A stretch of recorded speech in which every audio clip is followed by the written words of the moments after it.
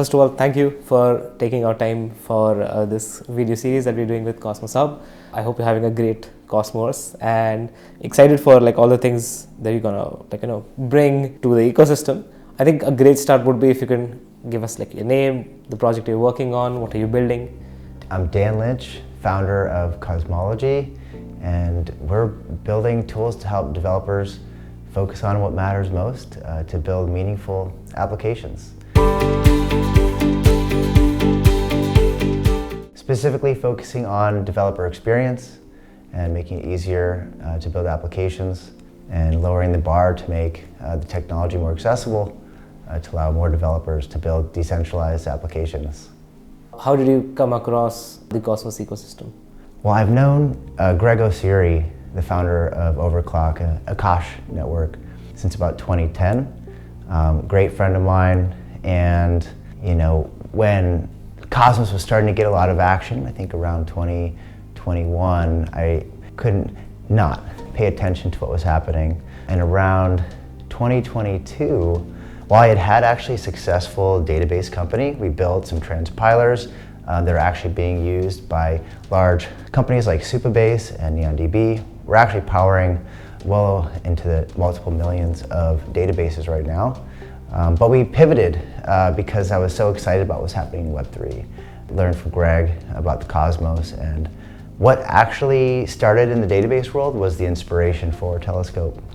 I think it'll be because Cosmology has so many great tooling. I wanted to know when you started building in Cosmos, what did you experience and see that clearly gave you this idea that there are things that need to be built to make shipping on Cosmos easier for developers. And yeah, I think the number one thing to focus on when you're building software is real problems, and often those problems you can find yourself.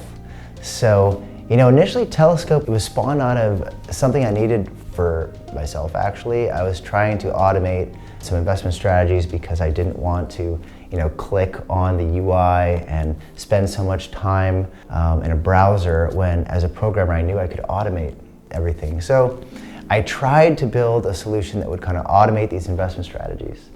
And it was so difficult. I felt like I was throwing darts in the dark. I had no idea. There was no documentation. I couldn't find out what amino encoding was. And so it took me about 7 days to complete a transaction and get a wallet connection to work. And in that process of successfully making a transaction, I had to guess how to get the encoders to work. So I, as someone who had been in the Valley as a CTO for 15 years, felt completely lost.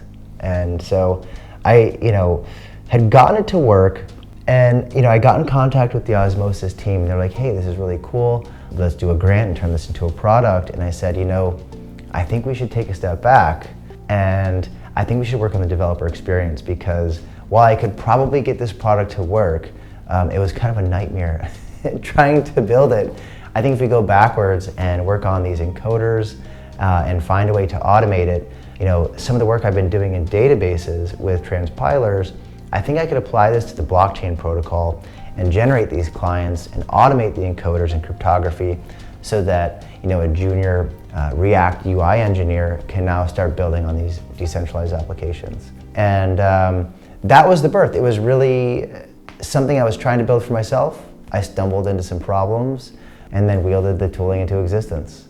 And I think because of the approach of using a subset of a compiler, which is a transpiler, it reads the protocol and prints and generates code, kind of like a printing press for software, and automated a lot of what would normally require a CTO level engineer.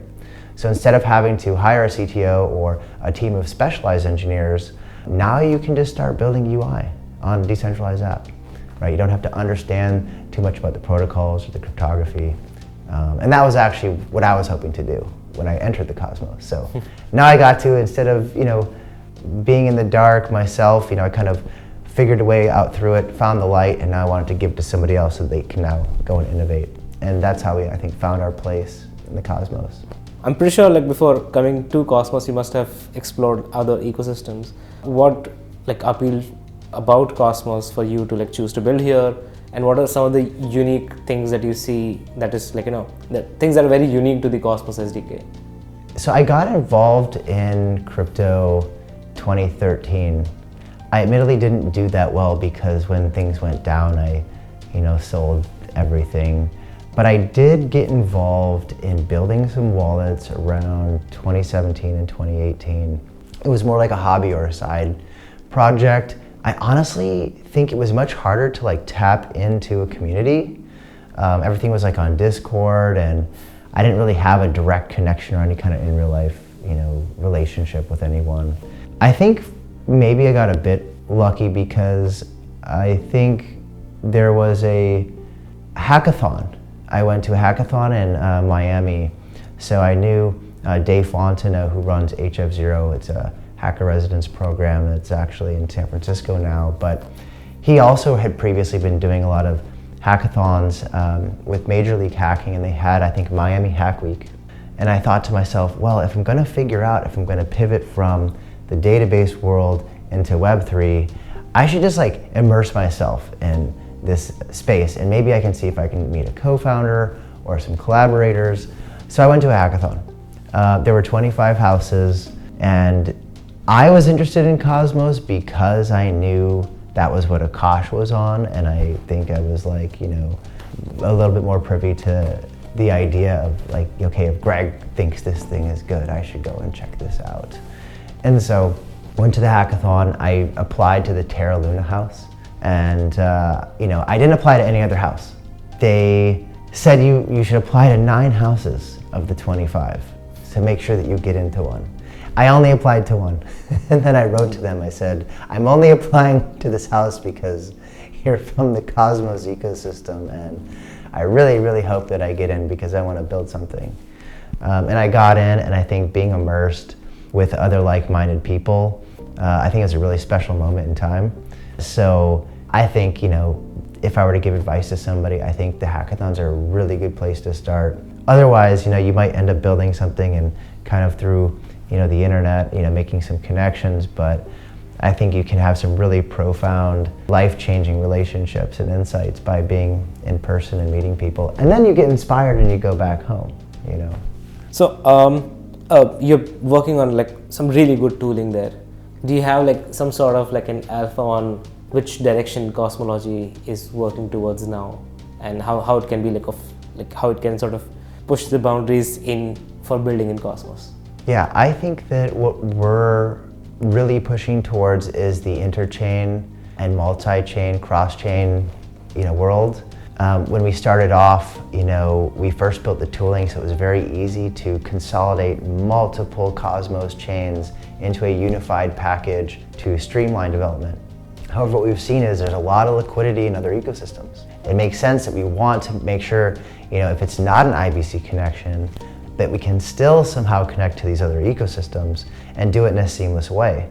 Otherwise, if we end up having to bring in 3 different libraries to work with 3 different networks, we start creating these braids or these weaves of complexity in our software that makes it very hard to maintain.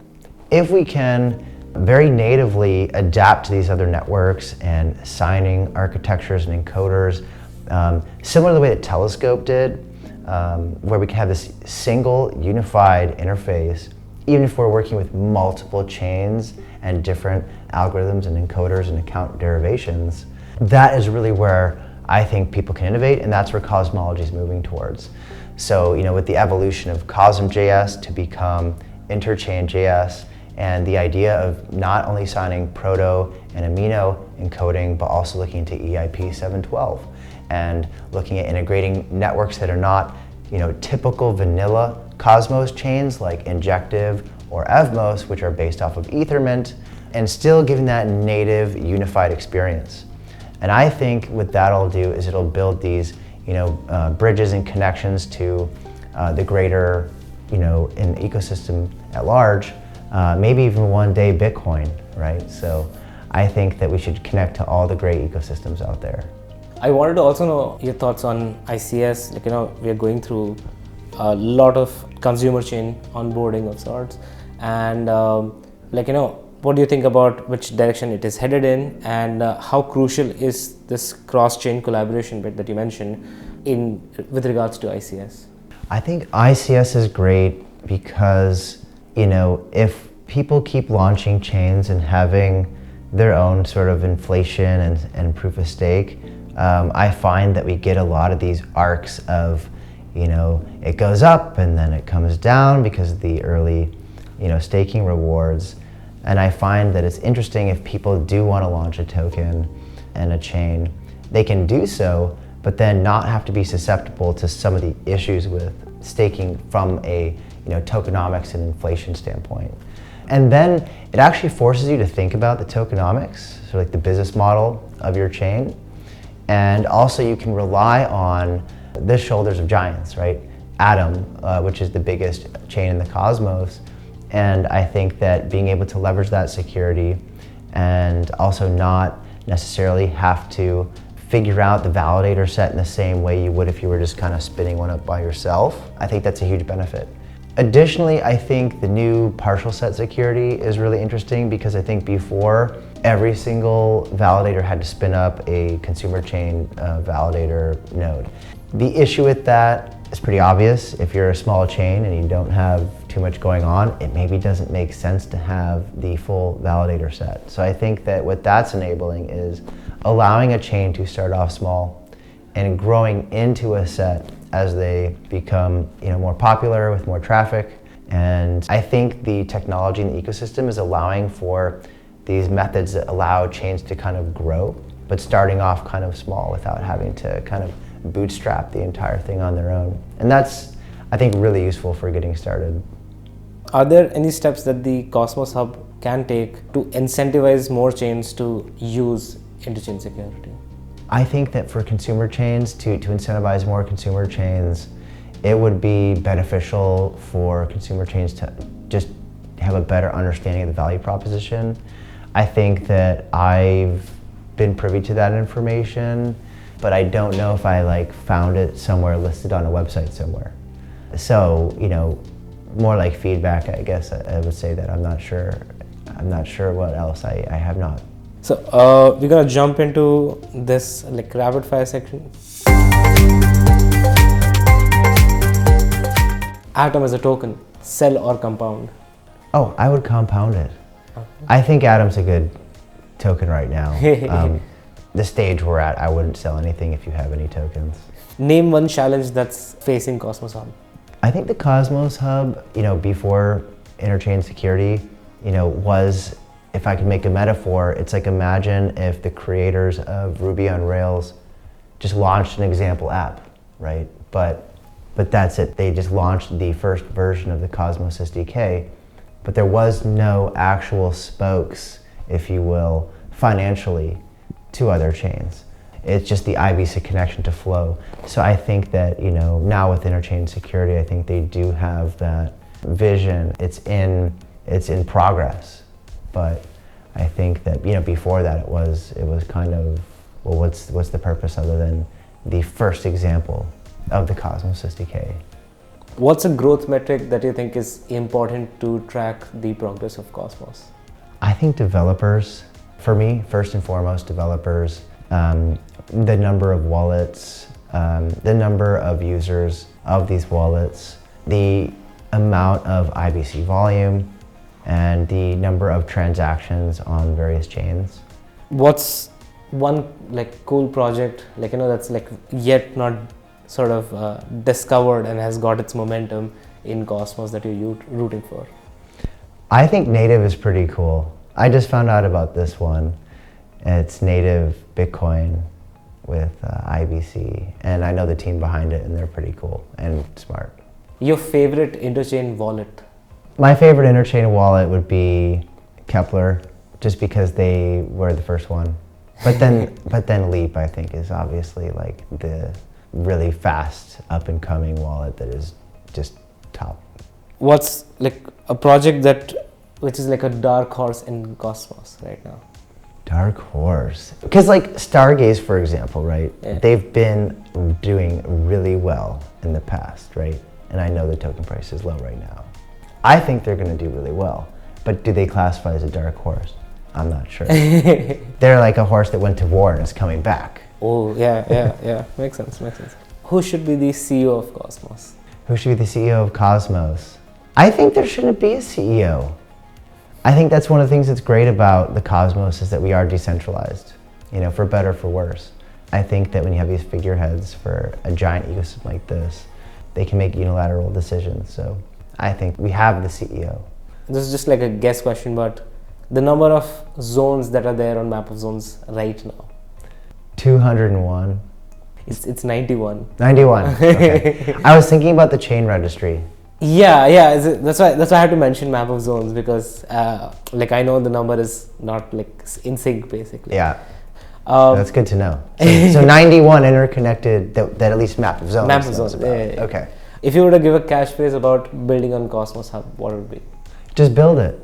Thank you so much for sort of being a great sport and going into so much detail about the questions. All right. Cool.